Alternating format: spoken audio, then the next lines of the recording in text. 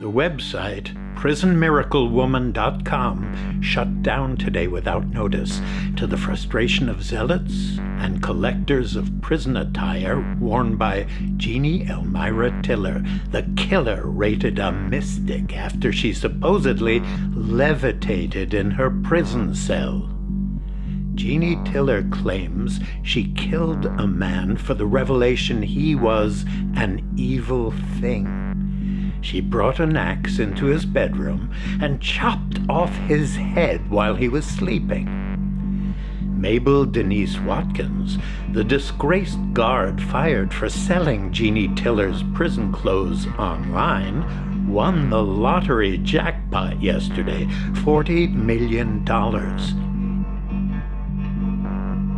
"It's a miracle," exclaims Mabel Watkins. She says, since witnessing Jeannie Tiller rise into the air, the world has been open to her. "The world is open and I am free," Mabel Watkins says. She declares, "It is a shining world of miracles."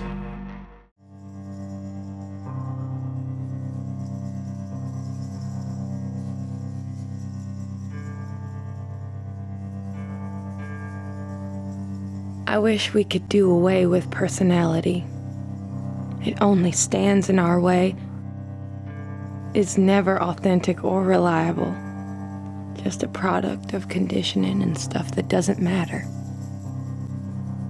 My name is Sari Beth Merton. You could say I have a complicated personality and contain multitudes.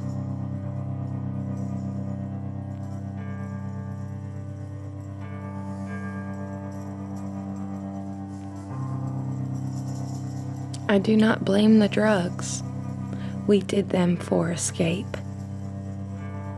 Jeannie and I didn't know how to live in our own skin, and getting high out here in the boonies, it didn't seem to matter. This is the middle of nowhere, and it bothered us. To be alive and have nobody know about it, handed over from birth into emptiness, it was toil. We got high, and we left our skin behind. We felt like two balloons rising up over a hill. It was beautiful. We were feral, unhaunted. So much of the time we were just feeling.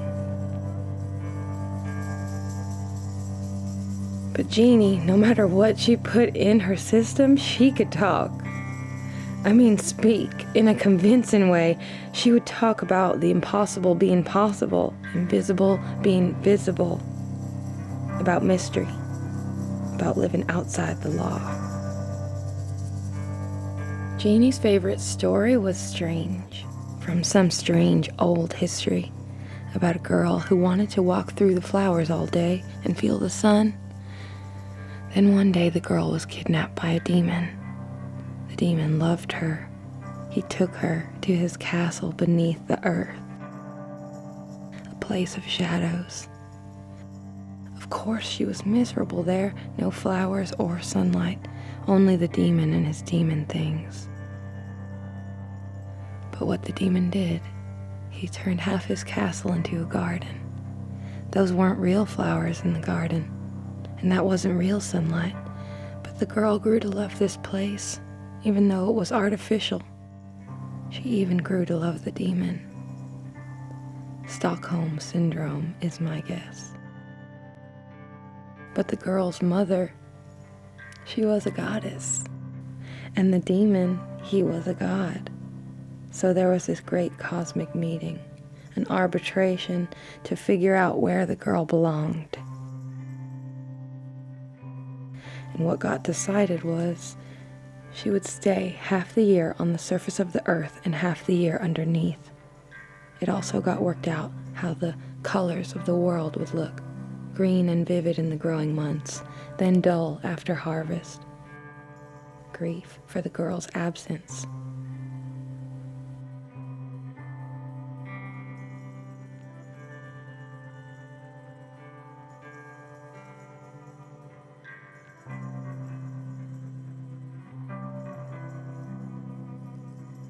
Jeannie spoke about how you had to name the shadows. It's not just sunlight reveals things, shadows reveals things too. I can name some shadows in my life. Addict, prostitute, liar, thief. Sins from pastness just as real to me as the sunlight falling on me today. The air is changing. The hills are bright. It's nice to be out of jail. Nice to be open. It seemed we were always locked up in winter, Jeannie and I. Summers were good, summer nights. The days, not so much. Summer days could be hard because we had to work. My mother kept a garden that was a full acre. Ever work a garden that size? It's terrible. Always stooped over. It's hot. Tomato vines have nettles. But the food was good. All that fresh abundance. And I enjoyed tending to the animals. We talked together somehow. But everything a person had, you had to suffer for. It can be toil out here, real toil. Middle of nowhere, the sky could fall on you like a box and nobody would know. There you'd be, trapped and crying out. Anybody who comes along would just see a blank landscape and you not there. The way I'd cope with this feeling I could disappear was my hollering, just hollering out. I'd holler out, shriek, and no idea behind it. That kind of surprise during a drug buy or at the brothel Jeannie and I worked at for a time could really upset the balance of things. The guards in the joint would really get pissed. Hey, quit that hollering out! But since I've been out, I haven't hollered once. Jeannie stayed with my family for a little while before our troubles started. But she never worked in the garden or tended the animals. She just refused.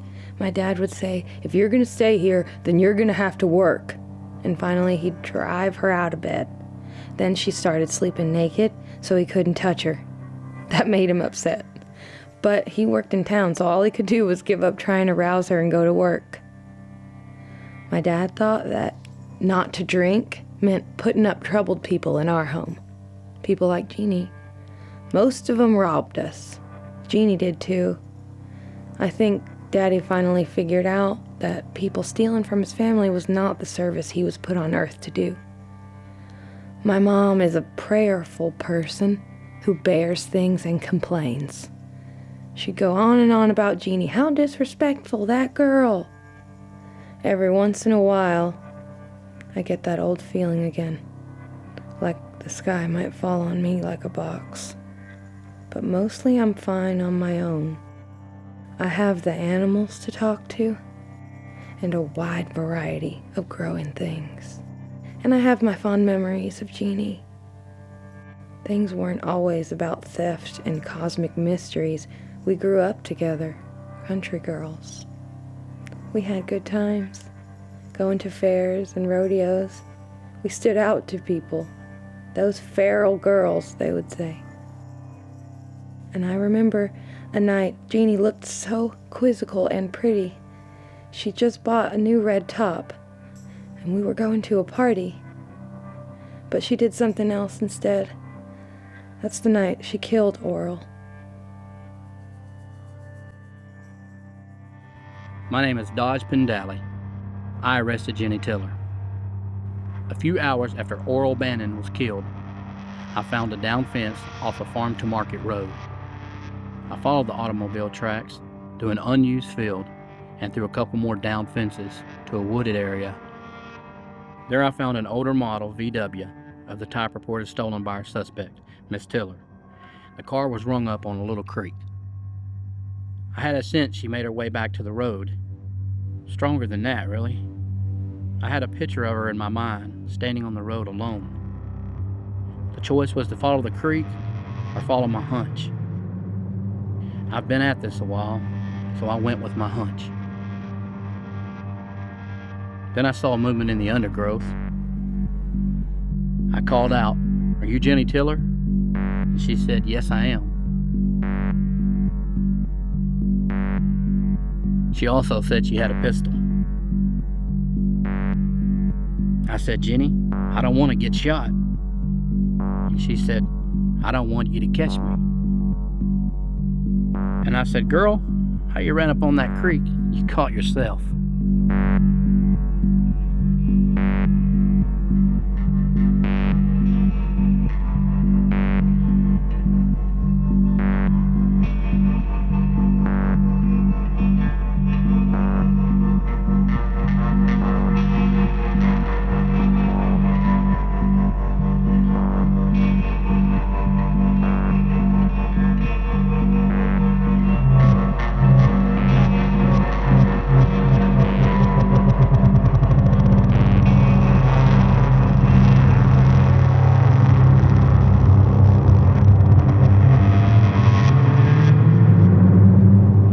Things got real still, and then she told me she had a tremendous sense she ought to end her own life. Finally, she told me she didn't really have a pistol. She said what she did possess, and I remember because the phrase is so strange. She said she possessed the terror of the human condition. Said she'd been considering what people do in the face of such terror in order to establish a place in the world, a sense of order and dignity. I told her it was time to turn herself in, and that's what she did, cooperated fully.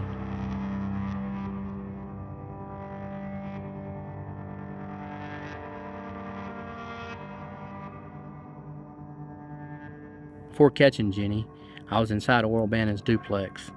Jenny somehow got out before the raid and stole the neighbor's car. I can tell you there wasn't a breath of healthy air in the whole place, a real drug den.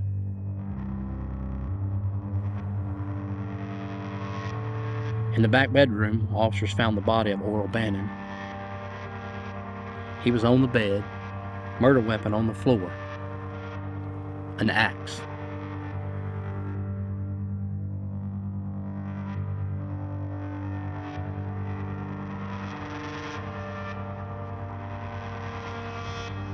Jenny had swung the axe into his chest and then cut off his head.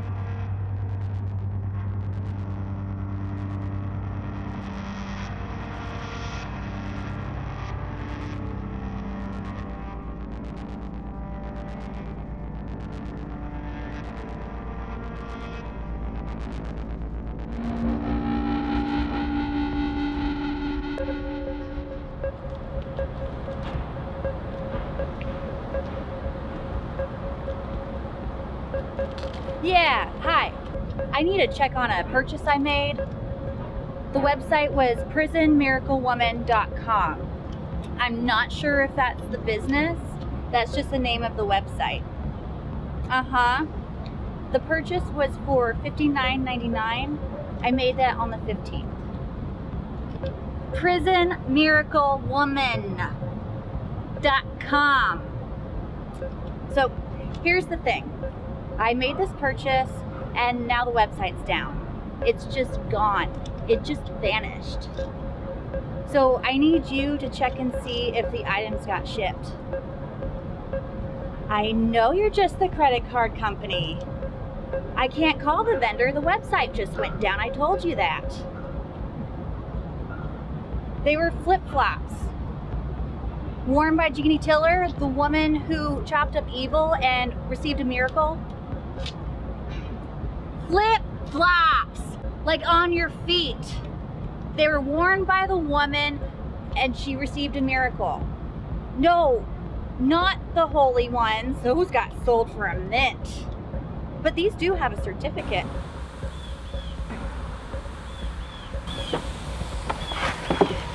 The prison guards saw her do it. She rose into the air. Anyone present in this Jeannie Tiller is either dead by an axe or rich as hell. This is all publicity stuff. It's cosmic. There's a bigger picture, but you don't want to see.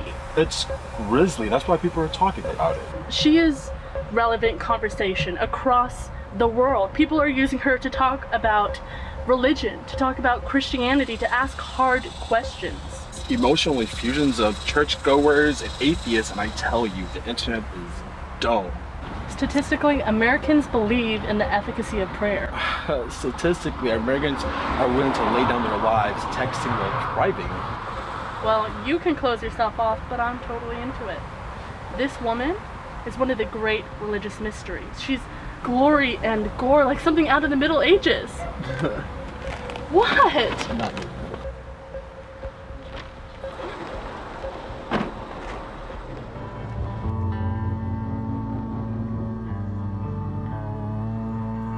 Sarah Beth, come here, I want you. Sarah Beth.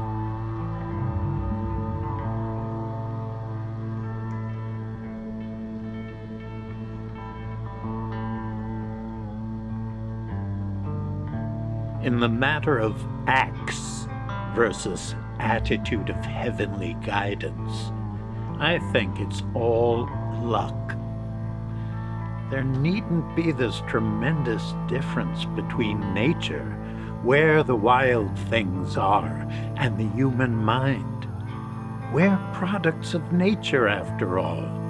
The ability to make symbols, analogies, metaphors, it's all a great gift. Nature's gift.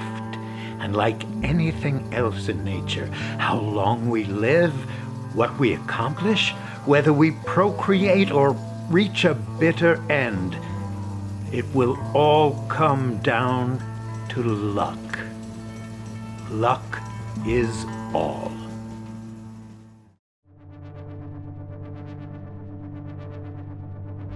Call me DJ. I was at Oral Bannon's complex the night that he got killed. We just had a big party and I was passed out. And all of a sudden I hear Sarah Beth just hollering, and so I jump up.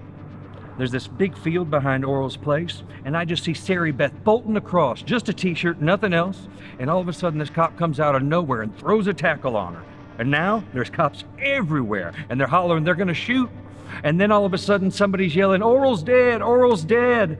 And so I somehow managed to make my way across that field to the woods on the other side, and I just stand there in the dark, watch everybody get arrested. It was ugly.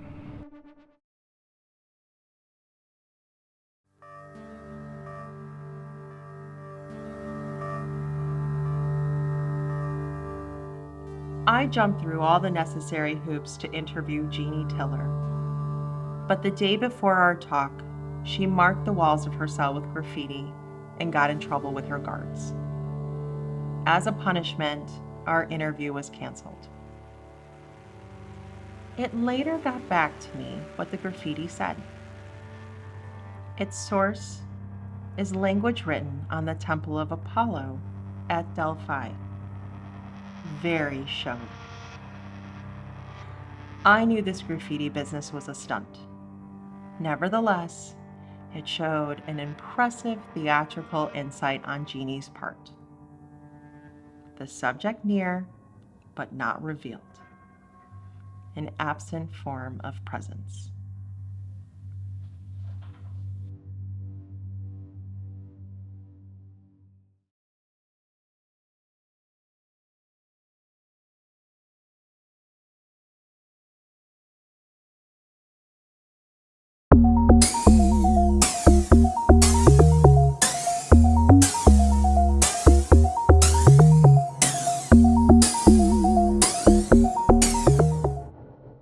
While I waited to speak to Jeannie, I interviewed Sarah Beth Merton, Jeannie's close friend. They had this brave relationship right from the start. It was Jeannie who recognized that in order to have true honesty, that they should have forgiveness. So they confessed to everything, admitted to every curiosity, every desire, anonymous sex, anal sex, killing a rival with a stone. One of them killed somebody with a stone? Thought about killing a rival with a stone. They were making themselves clear to one another, transparent. Was this Jeannie's way of testing her friend? Jeannie was practically uneducated, hardly ever showing up at school. She had this complicated and mysterious idea about how to live. And she worked it out when she was 16. The idea that all of human history can be played out in one person, played out in every person. All of human history. Yearning, laughter, love, hate, desire, the whole of a spiritual human history plays out in a single person, in every person. How democratic. She has a prophetic imagination. Well, she's also been quite tight-lipped about this experience. So anyone who reads Jeannie Tiller as a prophet should also concede that she's a reluctant prophet.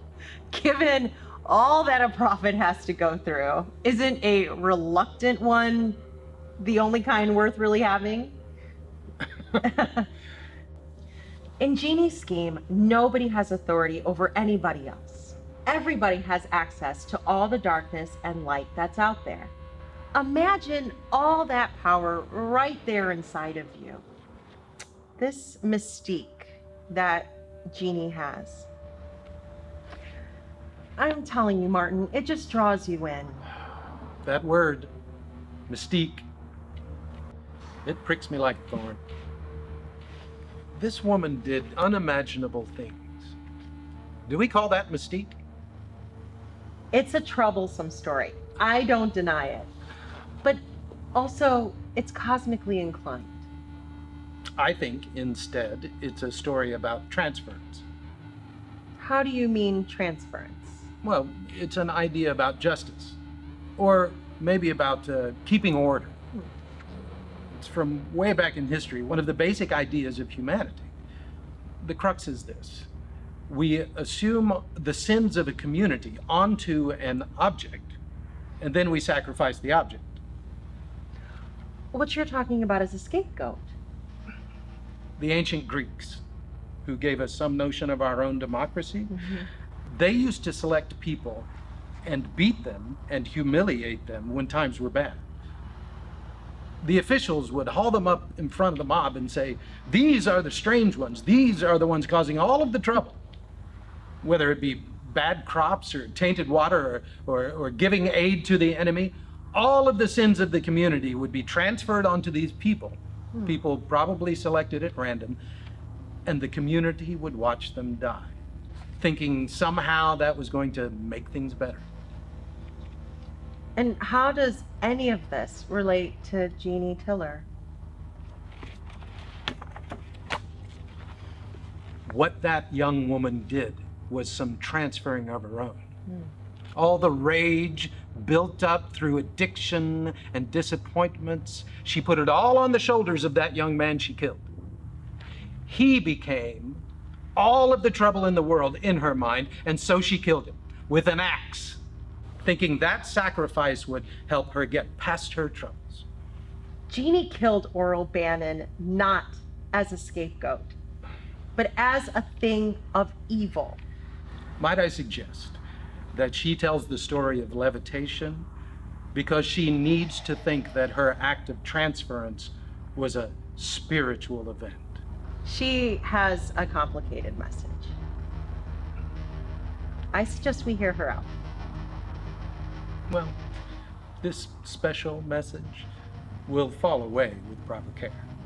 Once she understands it's murder, she'll be on the way to rehabilitation. And she will speak no more of rising up into the air.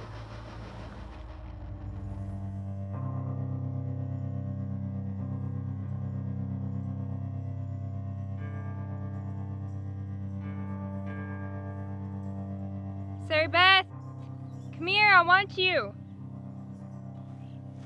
I'm here. I want to tell you what I've been working on. Okay? A way for us to be careful. Careful in what we say. We have to take care of each other and not be tricked. Do you know who it is we're on watch for? Who that would trick us? Well, could be lots of people. Yes, but who specifically? Thieves? Yes. And police. Yes, specifically police. Okay. With thieves, it doesn't matter how you win.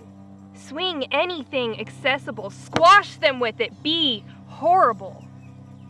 But with cops, all we have is language. What we say can be used against us. That's right. And the cops, they're cunning. They know that if they have 2 people in custody, suspects in common with the same crime, one is gonna sing to protect herself, get the better deal. That's what's called prisoner's dilemma. What do you mean? Here's what I've been working on, an exercise. You don't trust me! I do trust you. Between you and me, we know what's beautiful. Remember we took Gibran's poems out of the library? We vowed we'd never return that book. We trusted we'd always find something beautiful when we dipped into Gibran. I trust you like Gibran. We don't dip into Gibran anymore. We will again. There are so many possibilities for us, but I need you to listen to me. Okay? So what I've been working on is this little game with words. This is a game that's going to protect our freedom. I'm going to tell you the rules. Are you ready? Okay. When I say a word like home, I want you to think to yourself, and be careful, I want you to think of just the word home. I don't want you to get nostalgic. I don't like to think about home. I like to think about leaving. You and me, going far away from home. Yes, but I think of you and me, and that's my home. That's really nice. So, we're good? Almost. Listen, cops have a way of speaking. They're cunning.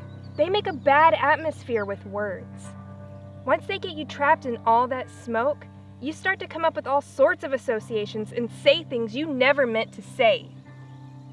You understand? It's a confusion that they make with language. Right. But about that image, home, the image of me within you, that's private. Keep it safe deep within your heart. Yeah, of course. But the word, home, that's a separate thing. It's distinct. A word is just a word and not the image. Home is just a word. It's not the image. A word is just a sound or scribble on paper. An image is inside your heart. Do you understand? I think so. Listen, you're in the room with a cop. He says, "Don't you want to go home, Sari Beth? Don't you just want to say what's troubling you so you can go home now?" That's the cop trying to coax you. He's trying to get you to be nostalgic, trying to get a look inside your heart. Resist that. Don't let him use a word to trespass where it's safe. Let the word be an empty door. What's inside stays hidden. They'll create a bad atmosphere, these cops. But their words won't open any doors. That's right. That's right, Sari Beth. That's real good. Now, I want you to listen to this next part. It's very tricky. Listen to these words. You, me, and I. All right. Naming something has significance, okay? It works on an older layer of the brain. Naming, the nomination of things, goes straight back to the Bible. Adam and Eve and the dominion of the animals, the plants and the sky, all the crawling things. If you're a parent and you name your child, that gives you a power. Something there that has never had a name before, and now you give it one. A word you've chosen, that's the power. But we never do what our parents say. That's right, because naming is not an absolute power. Each of us has a name given us. But once we come of age, the point of knowing good and bad, that not all good feels good and not all bad feels bad, that's when we understand that we have a private name. a name for our true selves. We start to say, I or me. Everybody says I and me. Yes, and when we use those words, we put up a wall for privacy. Other side of that wall, there's the others. What's called the you. Like, you people. Like, you people are not like me. You see the wall that goes up there? Yeah. I can kind of see it. But if we're lucky, like really lucky, there's somebody on the inside of that wall with us. Somebody who shares our privacy. Somebody who's not a you. Somebody accepted and is no longer separate from the me. The word for that union is we. We. Like us. We are the lucky ones. But remember, the I is dominant. How much longer does this go on? Remember it, the I is dominant. The I is dominant. Yeah, just give it a little sand. It'll build a strong wall. Takes no time, and the I wants to protect itself. Deep-seated defenses. That's why the cop's game Prisoner's Dilemma works. That's why people you think wouldn't rat choose to rat. I won't rat. And I don't like people who do. How they act is shit. I would never betray you. I would never reverse myself like that. I'm not someone who chases comfort. I know myself. I take full responsibility. God damn it. Now I have to start over. What? I start over. Flood the fucking steppes. Waste the fucking sea. Scorch the fucking forest. Turn it inside out and yank the stitching. Rend the fucking thing to shreds. But I had to distinguish myself from the rat. Not to me, you didn't. It's pride that had you do it. Goddamn pride. It's bile. Your deepest, private self floating up on that bile, up into plain view for any devil to see. Devil? Or cop, or enemy, what's it fucking matter? Your pride, your fear, it gets you to show yourself. Reveal yourself to a majority that wants to take your freedom. One thing we got in this world that's free, the one liberated thing is the spirit. And we, the whole human race, don't keep it safe. We hand it over willingly like we're slaves, because pride asks us to. Jeannie, I'm so sorry. Nothing now but to start over. You see how the bile spreads? It floods the world, taints everything. Monster, stupid monster, monster of the fucking tainted world, stupid, prideful thing. Humiliating, I won't let it live. Look at it wanting to live, thrashing on the ground like a fucking idiot.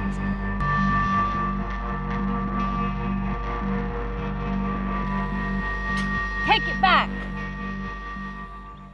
What? Is that me? Take it back.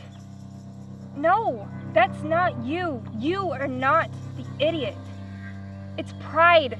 The attempt to order, that's the idiot. You write it out. Law. And that corrupts it. Corruption lives in the composition. That's where the compromises are. What we should do is live free, resist orders and language that tries to put things in order. We should live free. That is what we're here to do. Jeannie, I'm sorry if I made you start over. No, it's okay. The takeaway in this is, I know you won't betray me if the image I have for me is you. And the image I have for me is you.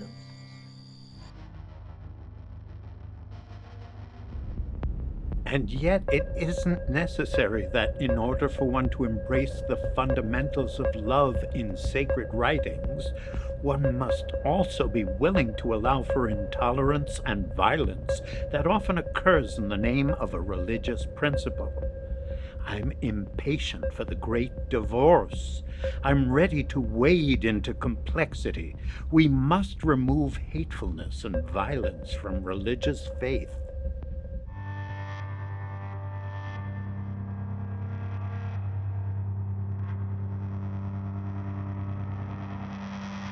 I see a far thing coming closer. A revelation. We have to find a way to live until the revelation comes. Okay, but how do we support ourselves? We'll go live out on the fringe, see craven people who need light in their lives. That's where we'll find the revelation. Wherever you go, I will go.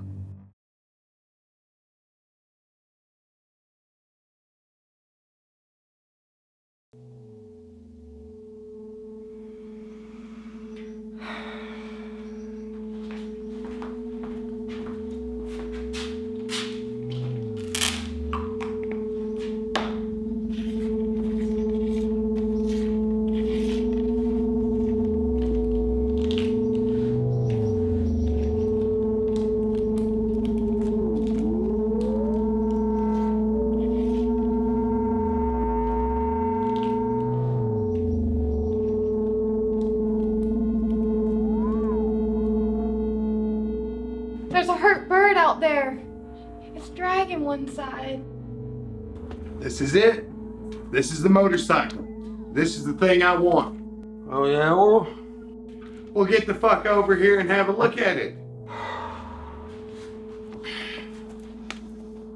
It's a fine thing, Oral. You think so? It's in black and white, Oral. I can't hardly see it none. You got no vision at all, Dickie.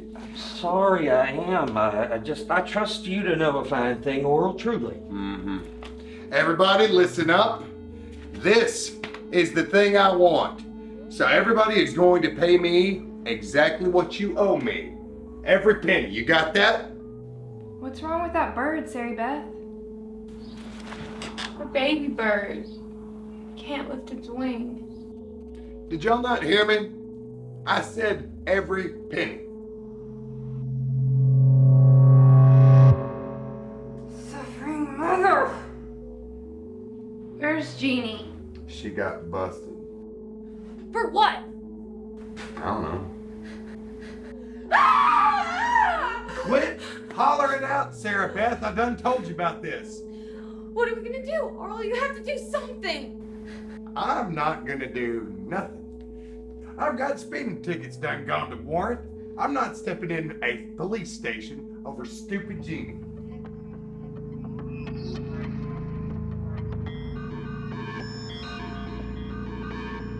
Jeannie's been gone a long time. She was stupid. Since she's been gone, I've had to fuck her share of your friends, Oral. So? I should be getting more dope for that. Yo. Jeannie! I'm so glad you're here.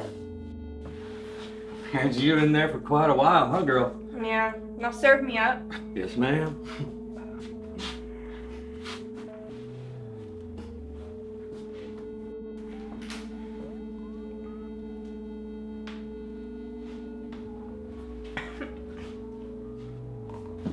You got that too you owe me? For what? I'm trying to buy a motorcycle. And you want to borrow from me? I want to collect from you. You've been living here all this time, and you owe me for that. No, Oral. I don't owe you anything. I fucked a couple of your friends last week. Oh, hell. Shit. They just got Dickie. For what? DUI. His second offense. Aren't you gonna bail him out? I'm trying to buy a motorcycle. I cannot be spending any money on his drunk ass. Plus, if he had just stayed here and paid the cable bill like he was supposed to, he could get drunk here rather than putting himself in all that danger out on the road. Anyway, Nobody spends any money on this house but me.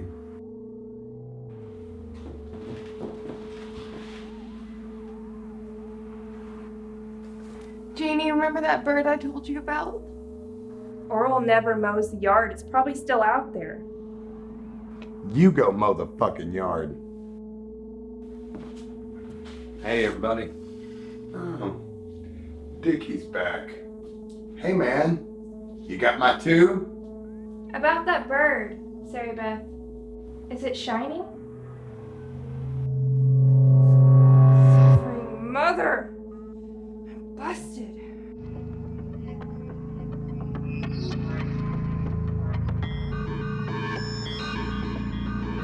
Jeannie got busted again. What'd she have on her? I just gave her a little bit of dope to go party with. Nothing serious. We was in the parking lot of the Mustang and these guys was flirting with us. Then this one guy was drunk, he pulled out a knife, then Jeannie hit him with a bottle, and all the cops, you would have thought it was a raid. Be careful if you go to the Mustang. I think they got it under surveillance. Why do you and Jeannie even go to the Mustang? You ain't even got IDs to get in. Hell, they know you're just teenagers. They know you're just teenagers. The parking lot's always full and the girl can have a real fun there. You could sit in some really nice trucks. I tell y'all what though, that parking lot at the Mustang is gonna burn whenever I peel my chopper out there. Whoa, whoa! The sound alone's gonna break some windows. A chopper now? You can't even afford a motorcycle and you've been saving forever. 'Cause you owe me so much money, goddammit!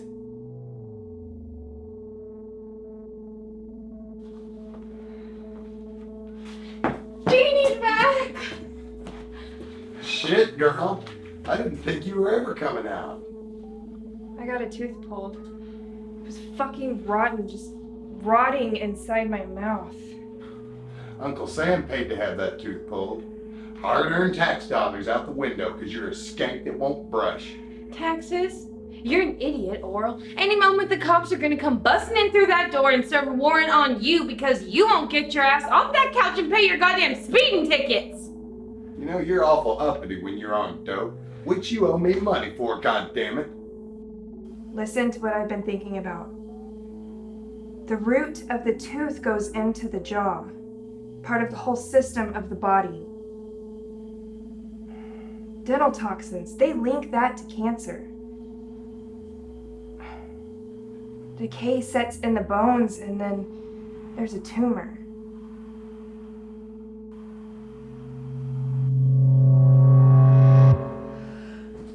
Oh no!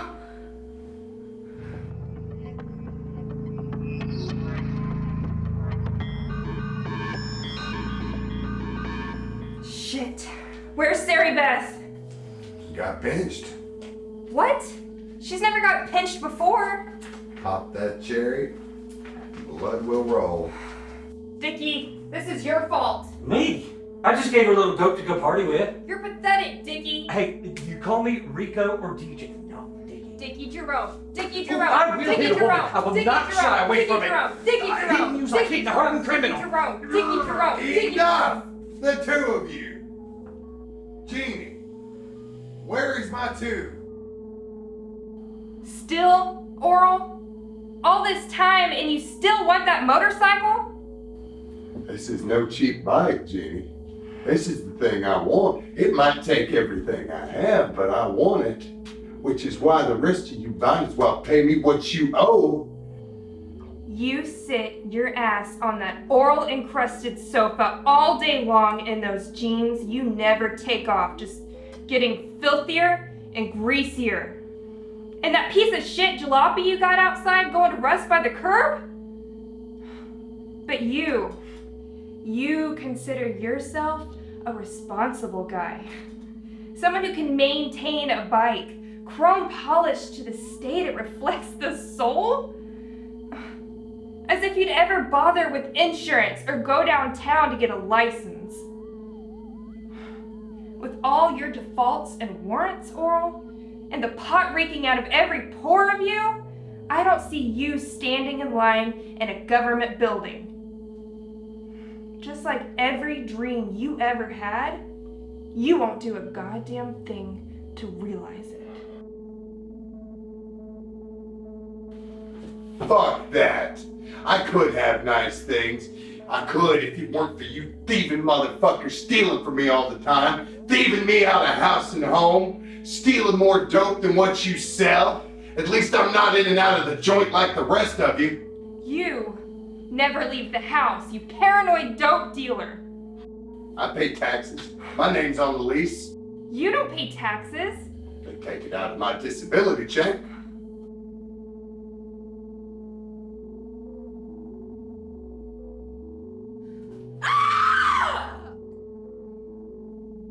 Who is that hollering out? Sarah Beth, welcome back. I worry about my lost tooth. Do I look trailer park? No, it's at the back. You cannot tell. I worry about dental toxins. Oh no. Please. Oh shit. They busted Dickie again. He's soft. I don't think he's cut out for what they've got for him in jail. I wonder if what we say, a word across the tooth, sends some sort of impulse to the jaw. The jaw is heavy with pointless language. Language that we don't really feel but just keeps generating. The vibrations of all those words just running through our skeletons. There's an energy, you know, in what we say. And decay, too. From the sugary grit of pointless language. Yeah. Fuck that. All the sharp and rugged words like fuck, just knuckled and hard with the hate that we have for saying things to one another, wishing we could be understood without having to say anything at all. And the knuckled words rolling over our teeth and the vibrations, everything has an energy. I've been horrible. I've been to jail. I curled up and tried to disappear. But I'm still here, and I haven't woken up. Oh God, I need something more. Decay seeps through the root unnoticed. We waste so much of our substance.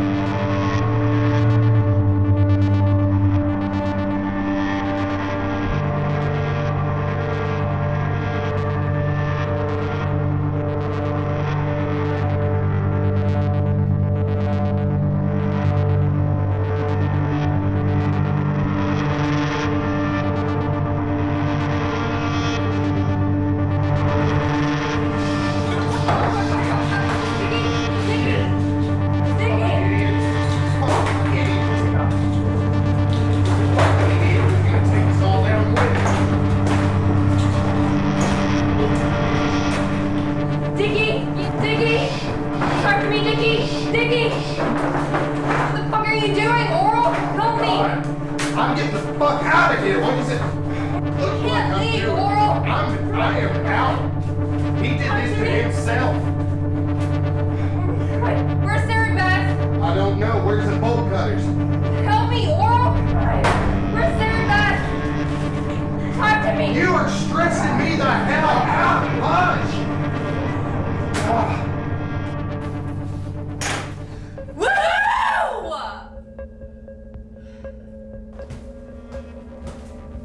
I'm a prairie fire. I'm gonna go get the bolt cutters.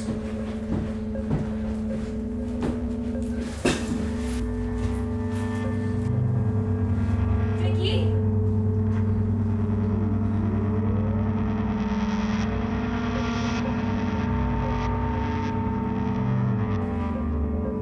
Don't touch him.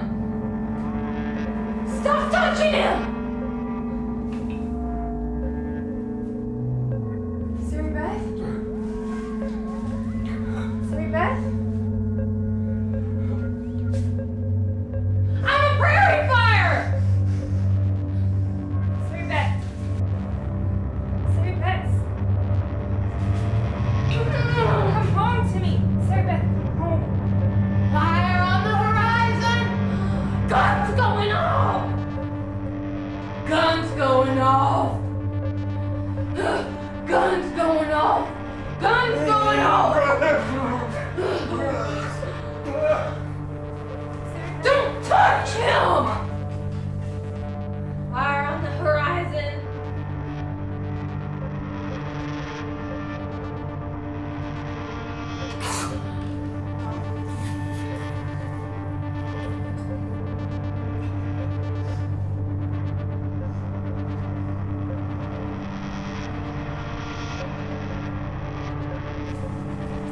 Guns going off! Guns going off! Fire on the horizon!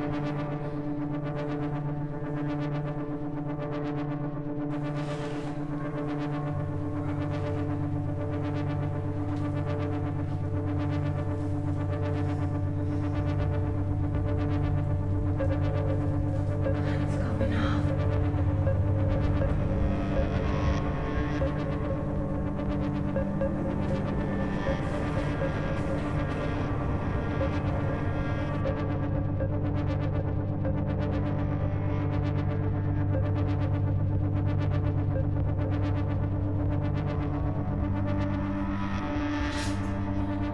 I'm a prairie fire.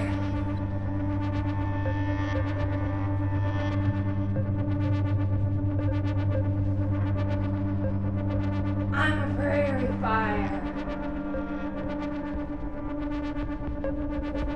I'm a prairie fire. I'm a prairie fire. What's going on? Guns going on.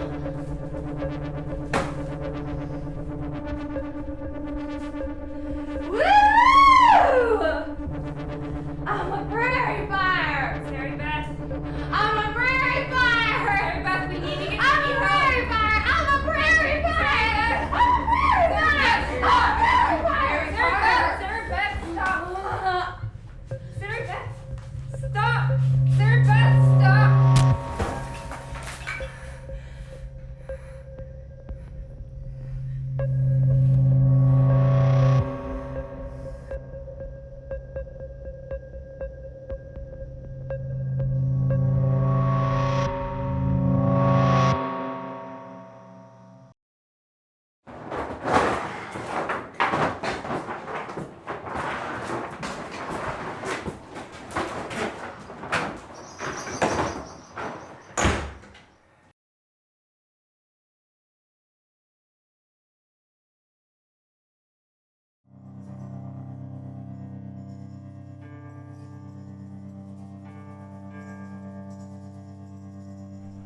Life has gotten so unpleasant that I have to stop and think about it. My daddy was in jail when I was born, and now he's dead. Mama's dead, too. She had perforated bowels and 2 staph infections. I was in jail when she died, and she's buried in a thin box paid for by the state. One time, she showed me a picture of herself with a cowboy who was holding an AR-15 rifle. She wore a short skirt, had her arms around that cowboy, holding on to him and her glass of vodka. I did all right when I stayed with Sari Beth that summer. But then one of Mama's weird phone calls and I had to go home. I found her with her hair all grubby like tree roots. Some people came to help, to cart her off to a place like this. Mama never got this far, but here I am. This is my time to get clean. I had to do what these people tell me to do, take a personal assessment and live the contemplative life. And so, I'm contemplating. What is God? Supposedly, God has assumed a face for me to see, a face in darkness, and I have to go look. Darkness, emptiness, silence. This is the frontier of contemplation. I read 99.99% of objects that appear solid are mostly empty space. That's why light is the great metaphor. Light may enter empty space. Even space on that surface appears too dense. My job now is to try to find the openness in things. Try to find the light.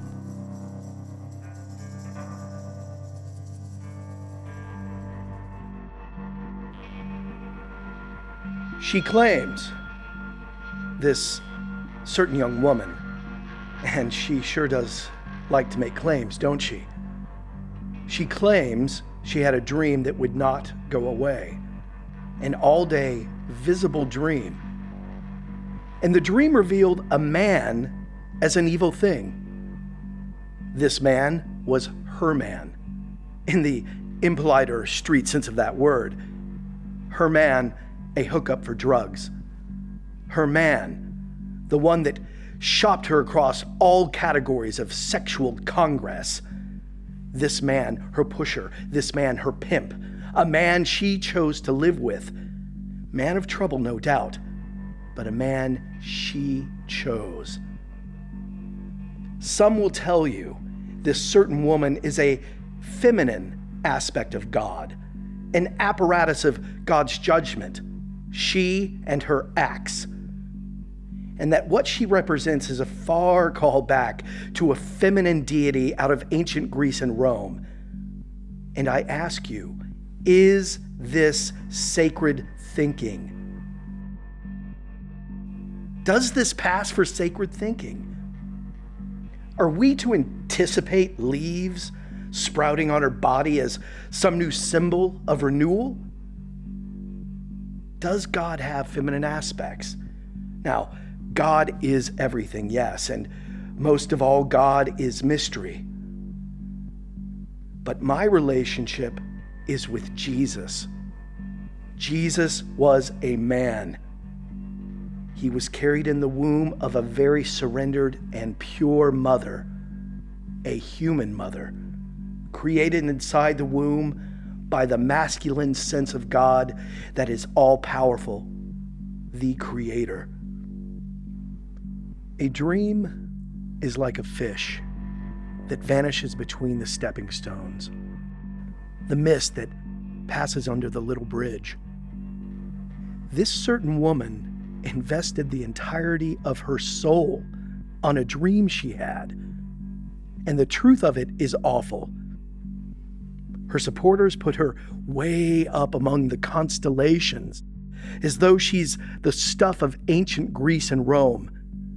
But this certain woman who came out of prostitution and murder into the public consciousness and the figure of debate is not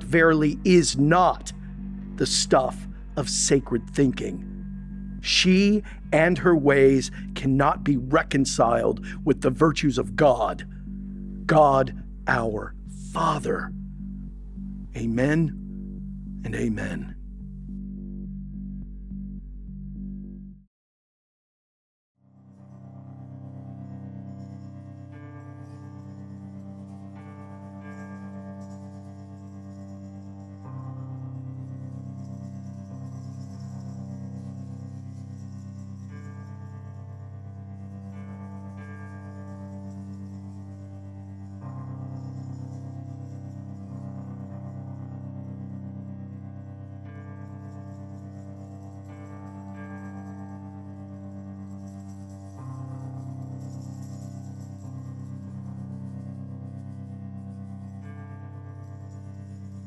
Jeannie, is your recovery done yet? I don't know. I'm supposed to stay here a while. What is this place? What do you do here? Contemplation, renewal, the stuff of getting better.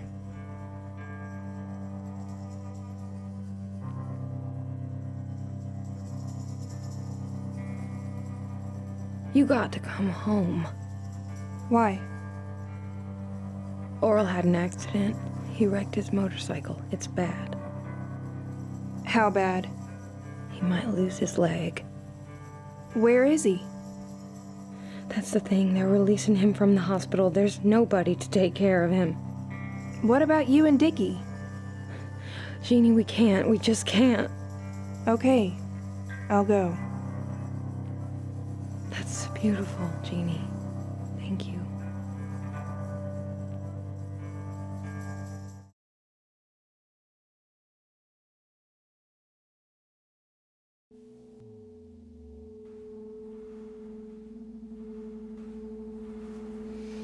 God, that smell.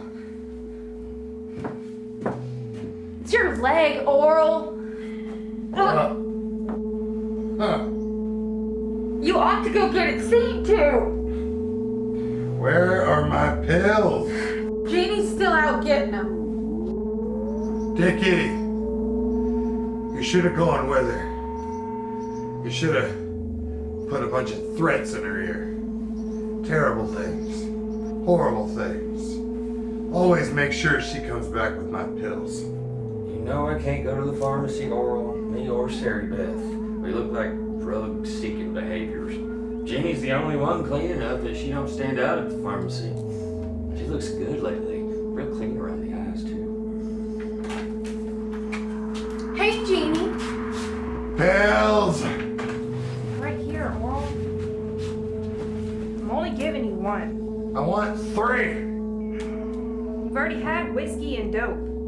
I am in terrible pain. If you still feel that way in an hour, we'll see about another half pill. I want a full pill, not half. Let's see in an hour.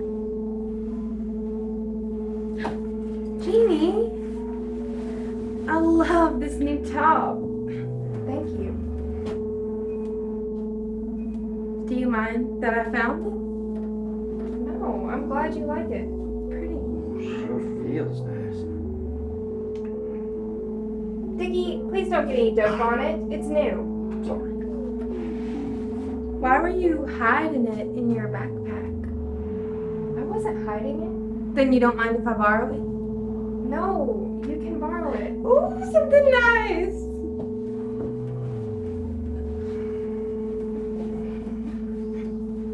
That leg smells real bad, Oral. You need to go to the doctor. Get it clean. It's clean enough. That's not the smell of the healing thing, Oral. Keep it clean. Don't touch me. Oh, Jeannie. Can I use this razor? That's a woman's razor, Dickie. Oh, it's all right. My beard's real light. Just keep it, Dickie. All right, thanks. Don't let him have your razor if you don't want him to have it. Don't let me borrow this if you don't want me to borrow it. Just be fucking honest. I am honest. It's okay. You don't have to lord it over us. Being clean, having all these nice, beautiful things. I'm not lording. I just got a little job at the grocery, that's all. We're not totally fucking helpless here. We're not your fucking charity. You're here because you owe Oral. You're here for what you owe. He gave you a place to stay, Jeannie, true enough. And you ain't paid him yet for what you owe him, at least to hear him tell it. And it's like Sarah Beth said, there's no cause for you to feel or be that you're any better than us. You're just here to pay back what you owe. I am not lording, and I am no better than anyone else. God, he reeks. Something's not right. Don't. It's the first time he's been quiet in days. It smells so bad. He needs to go to the doctor. He won't go. Well, he's asleep. Maybe we can pick him up and carry him out. Passed out like that, he might not fight back. I can't go to the hospital, Janie. Me or Sarah Beth. They'll suspect us of something. You give him his pills regular, plus the ones he sneaks. That ought to take care of him. He only takes the ones that get him stoned, not the ones that fight infection. That decay, it smells really bad. Oh shit. Oh shit, he's turning blue. Oh fuck! Oral! Wake up! Wake up, Oral! Oh fuck! Oral! Oral, wake up! Oral! Oral, wake up! What the fuck are you doing? We can't be here when the cops get here! Do what you came for him, Jeannie. I can't take him to the bus! What the fuck? Wake up, Oral! Oral, wake up!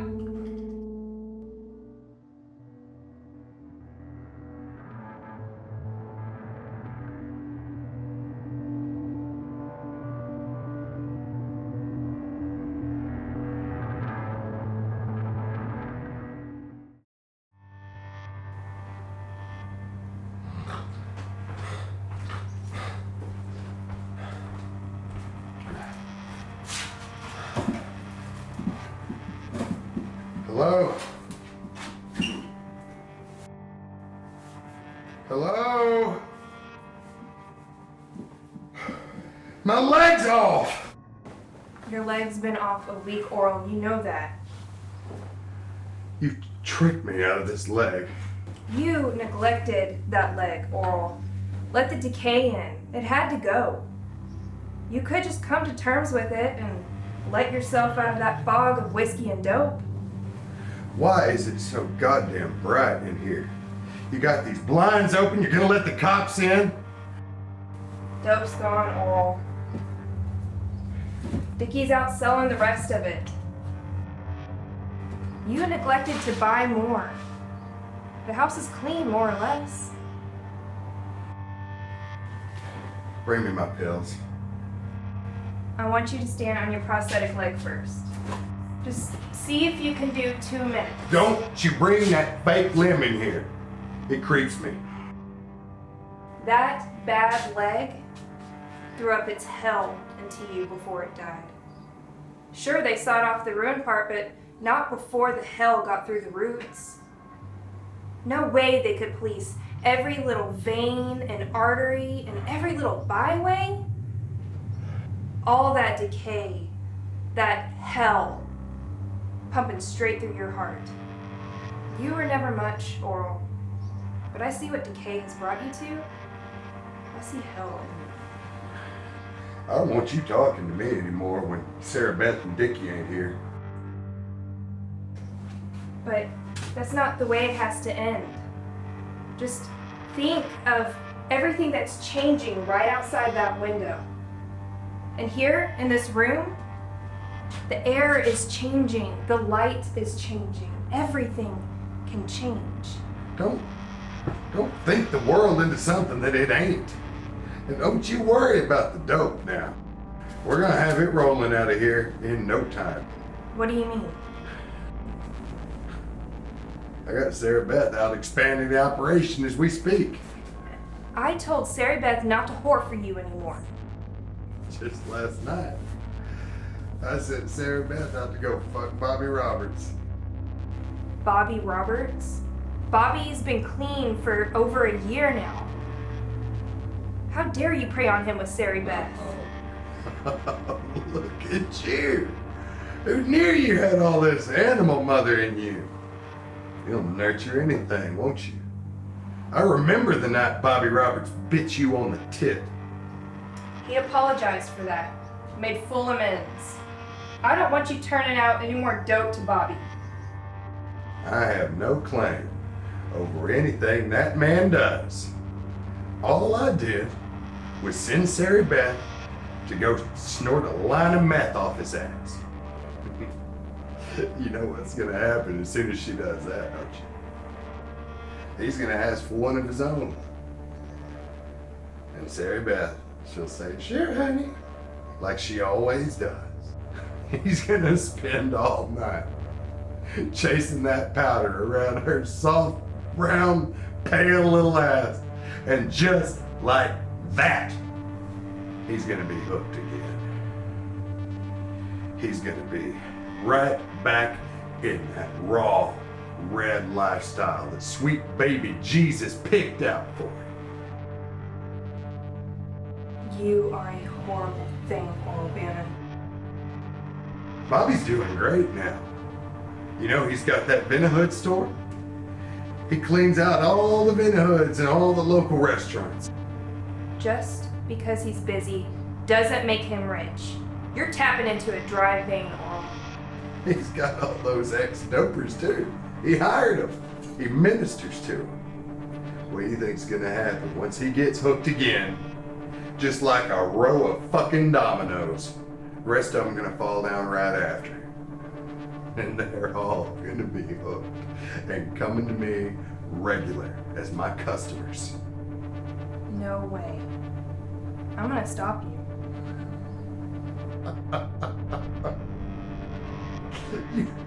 You can't stop this. It's got nothing to do with you. It's got nothing to do with me. Or even Sarah Beth. It comes down to the willpower of one man. And that's Bobby Roberts. And what he wants to feel. Or doesn't want to feel.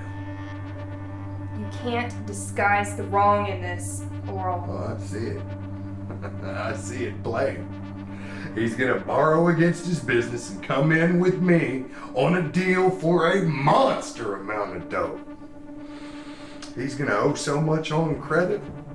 And once he and his boys take to chasing that high again, he's gonna borrow so much on credit, I won't even have to make him a partner anymore. I might even end up with his Vinahood store, or whatever's left of it. I'll sell that, get me a stash of my own. That'll be all profit, no partner. You see what you can arrange off the free will of one man? I will stop you, Oral. So help me. You have no power and no say over me. You don't sound like thunder to me, Oral. Dwelling in the dank indoors? Fattening up on the shitty sofa? Down to one leg? Until you pay me what you owe, you were to clean my house and not say another word. I did not come here to be your maid, but to bring you news, Oral. You're a vessel.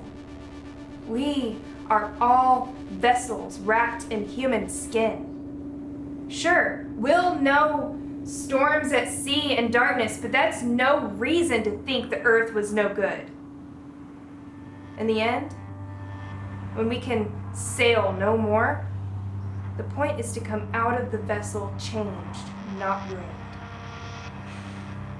Quit talking so fucking crazy all the time. I can't tell if you're ever even really here anymore or if you just lost your goddamn mind.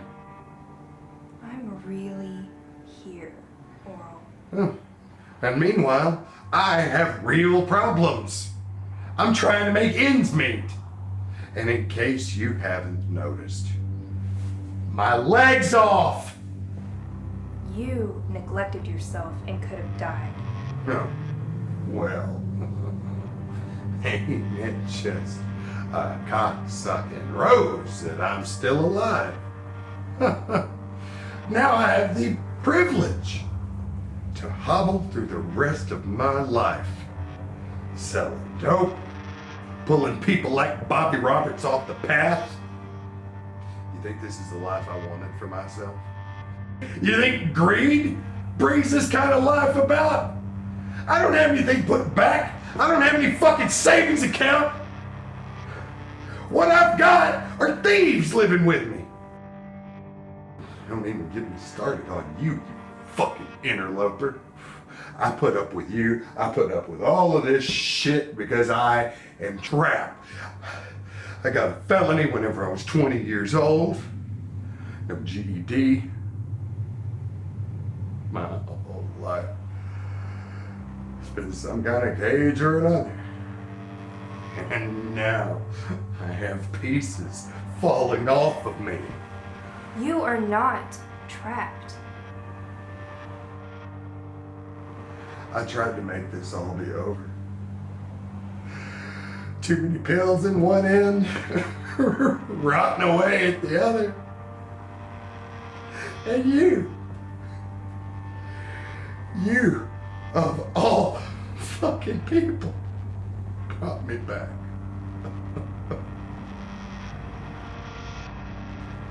What do you mean, make it all be over? I mean, you shouldn't have brought me back. I don't know what it is looking through my eyes anymore. But it's not natural. I don't like it. It's evil.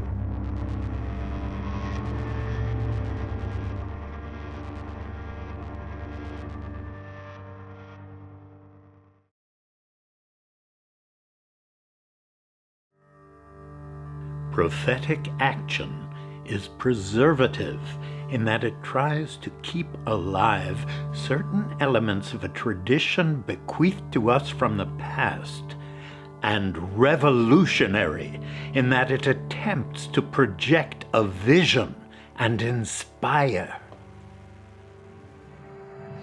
I was trying to take a nap, Jeannie. The sun is so bright today, I had to escape from it in a dream. I need to tell you something. Why is that sheet there? Listen. You hear that sound from Oral? Of course.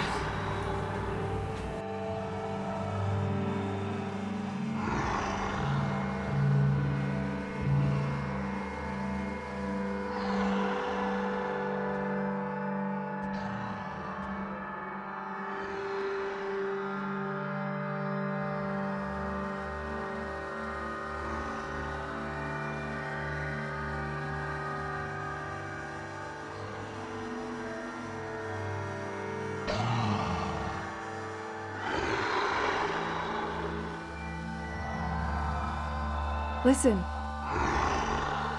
Do you hear that sound coming from Oral? Of course. Does he sound like an animal of some kind to you? Oral is an animal of some kind. I mean, does he sound different?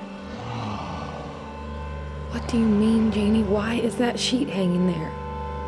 I put it up so I wouldn't have to see Oral change. He's really changing, Sari Beth. We got that big party tonight. Bobby Roberts and them are coming over. Ask them if they see a change. To me, he's just Oral. Something's coming over him. And you're right. He's worse than I ever thought. He's awful.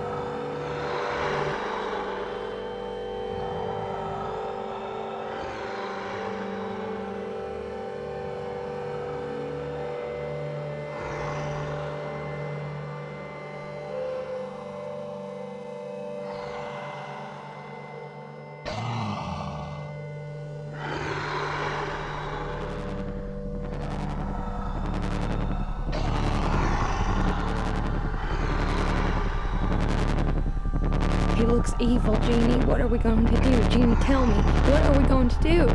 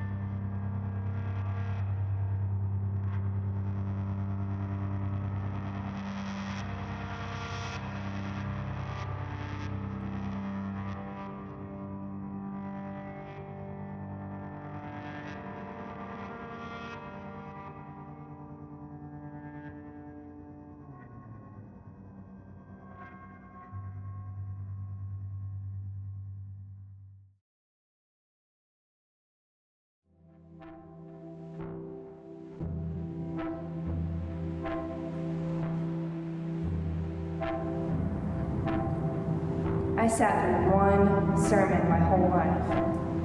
I got through it though, telling stories through pictures, the word given authority because images run so deep in the mind.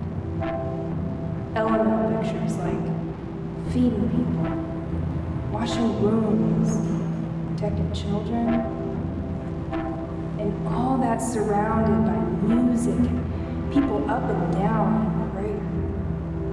Stuff that makes people receptive to what you have to say.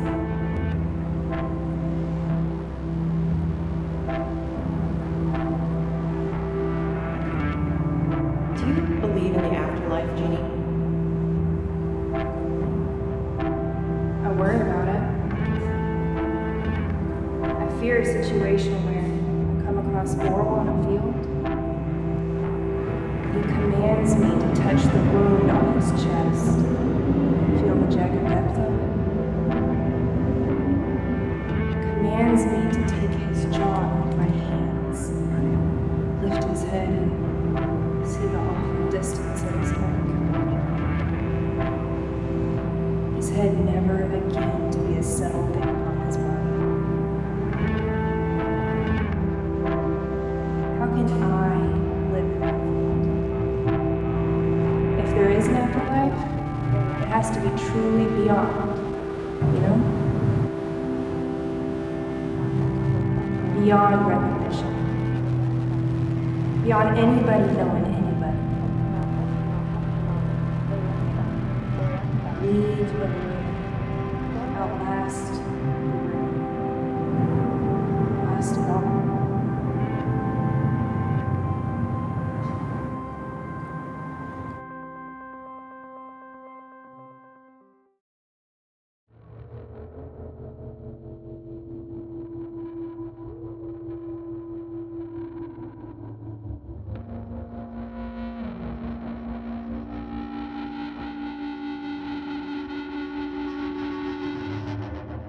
Jeannie Tiller died in prison. She was stabbed 9 times. Authorities suspect the Cult of Mary, a prison gang, but nobody's coming forward. It's a tragic story. The first cut was her thigh. That was the fatal wound. Other cuts were made to torture her while she bled out. She died in agony.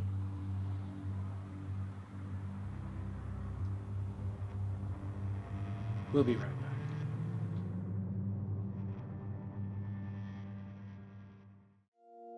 Ladies and gentlemen, get ready for Mabel Watkins. She saw Jeannie Tiller rise into the air, and now she has precious items she wants to share. You believe in miracles, don't you? You can't afford to miss out. Pay attention to Mabel Watkins. Acquire these extraordinary things. Here she is, ladies and gentlemen, Mabel Watkins. Wonderful, wonderful, wonderful. Oh, God. Am I a good person? Why was I selected for all this? Oh, it's too much. It's like I was hit by lightning. Twice. I was a timid person who never did complain. I made mayonnaise from scratch. That was my only hobby. I'd come home from work and put my hands in mayonnaise. When Mama lost a foot to sugar, my hobby saw me through the guilt. When my cat, Cornelius, Corny Cat, caught leukemia and lost an eye, making mayonnaise carried me through my grief. I was never a prayerful person. I was afraid of the Sunday school God, beardy and old and full of thunder. I just tried to live a real quiet life. I wasn't noisy like the other corrections officers.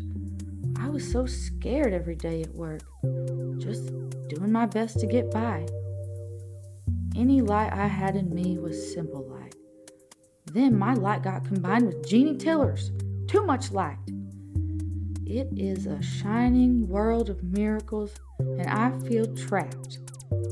I'm trying so hard to keep myself together. The world is a commercial enterprise, That's what my producer says. I'm just trying to fit in and get along. I saw something amazing, and I wondered, am I okay? And then I got all that money, like I was struck by lightning, twice. Is it possible I can be okay? Do I deserve this life? Wonderful, ladies and gentlemen. Just wonderful. You too can be present to a miracle. Order one of these precious things. Put yourself in the warm light that shines down on Mabel Watkins.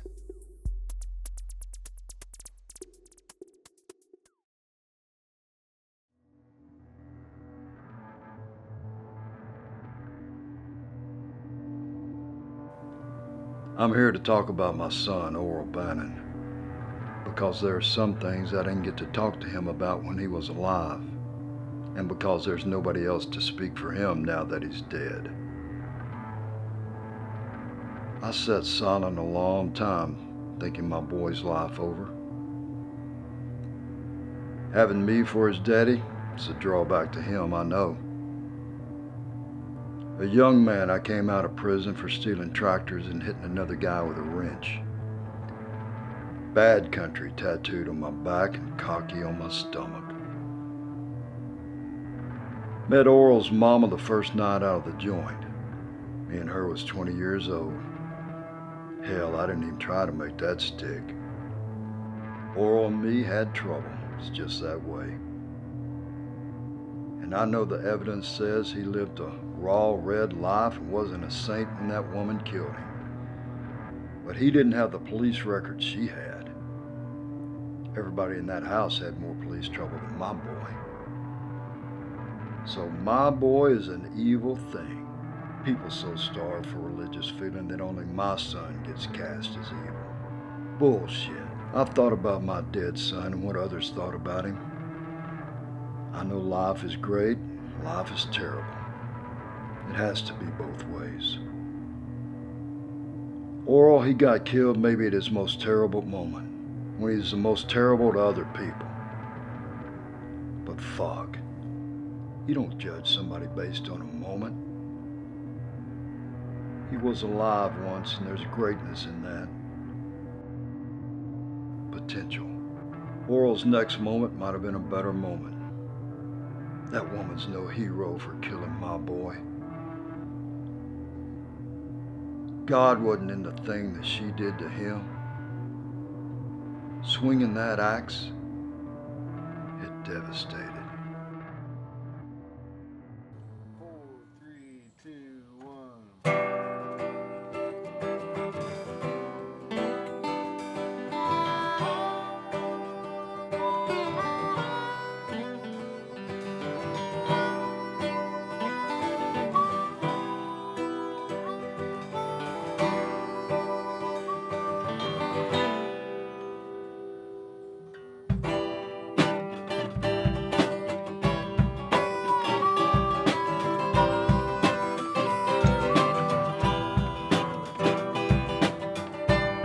No begging the miracle when the miracle's made.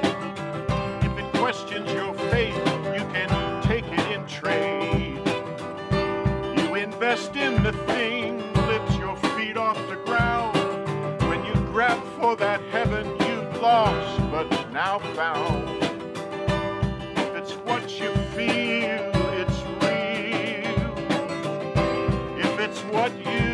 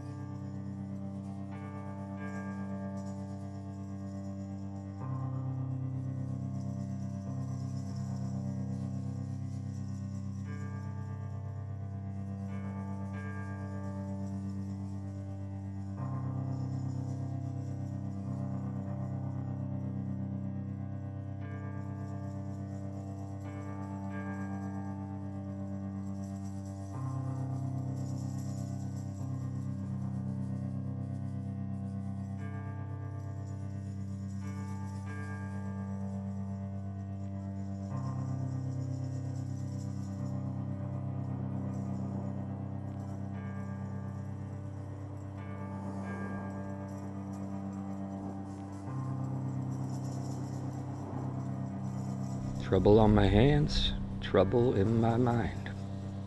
What's the matter, Dickie? Broke as fuck, no home. Maybe you could look at it another way? The world is damned the world over. What other way could there be? It's springtime. Look around you. See the growing things. Got too much on my mind to think about spring. Must be something pretty big to keep you from noticing so much renewal and bounty. You heard about that prison guard? The one that witnessed Jeannie up into the air?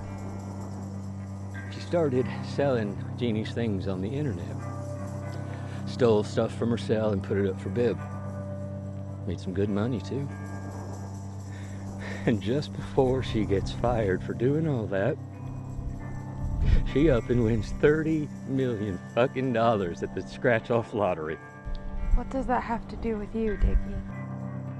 It ain't fair, is what? Maybe there's a larger plan operating as a mystery. Sarah Beth, do you think Jeannie lived a miracle? Why shouldn't she have? The world is strange. I've been considering it. Tell me. The right attitude for witnessing a miracle is good fortune, ain't it? And all the time that we spent with Jeannie, you and me, giving her a place to stay when she got out of jail, putting up with her weirdness, don't mean nothing, apparently. Where's our slice? When are you and me gonna get something out of all this? We're doing okay, Dickie. The sun is up and there's growing things around us. It's fantastic. I hate to do it, but I'm gonna go get high. I got so many thoughts racing around in my head, I can't stand it. Did you hear what happened to Dickie Jerome? Sarah Beth, I think you've lost it. I'm Dickie Jerome. It's very sad. Dickie died. What? Huh? He froze to death. Him and some good old boys found an old refrigerator dropped off in a ditch. They used it like a giant bong, huffing the freon to get high. Dickie inhaled too much, and his lungs froze. His lungs gone to delicate panels of ice, tinkling as they broke into tiny bits. You witness a miracle, and you try hard all your life. And what do you get for it? Fuck all is what?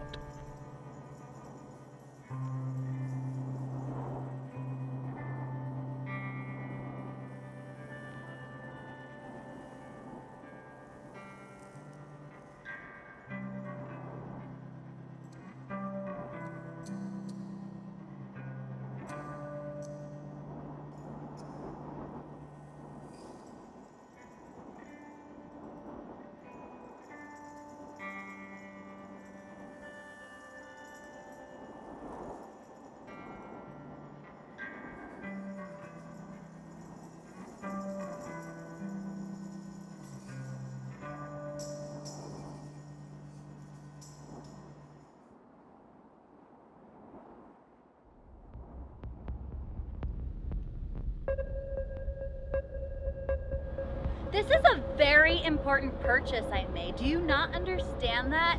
This is so important. I purchase items of faith. Assurance! I need some assurance. Assurance is all I need.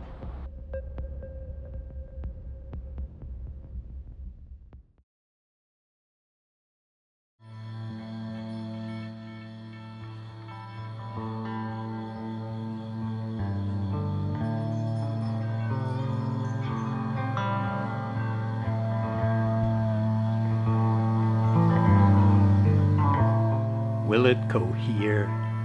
Will it ever cohere? We lose religious fervor, and what's next? Is it luck?